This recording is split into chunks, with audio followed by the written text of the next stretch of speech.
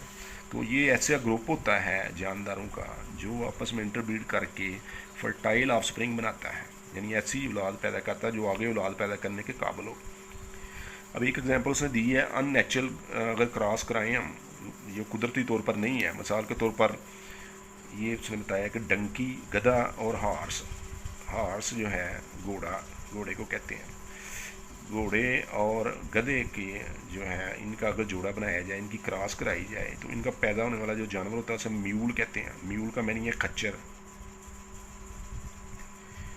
और खच्चर जो होता है ये इनफर्टाइल होता है, यानी कि ये आगे औलाद पैदा करने के काबिल नहीं होता।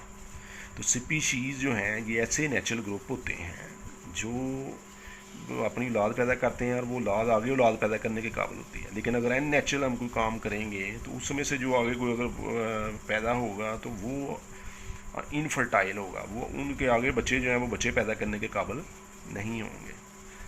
तो ये आज का हमारा टॉपिक था, टैक्सोनॉमिक हायरार्की क्या है, स्पीशीज़ से क्या मुराद है, और अननेचुरल क्रॉस अगर हो तो उससे म्यूल प्रोड्यूस होता है जो कि इनफर्टाइल होता है। ये जितना भी किताब के अंदर टॉपिक के अंदर दिया गया है टैक्सोनॉमिक हायरार्की में, म्यूल के एंड तक की सारी इन्फॉर्मेशन ये आपने ज़बानी याद करनी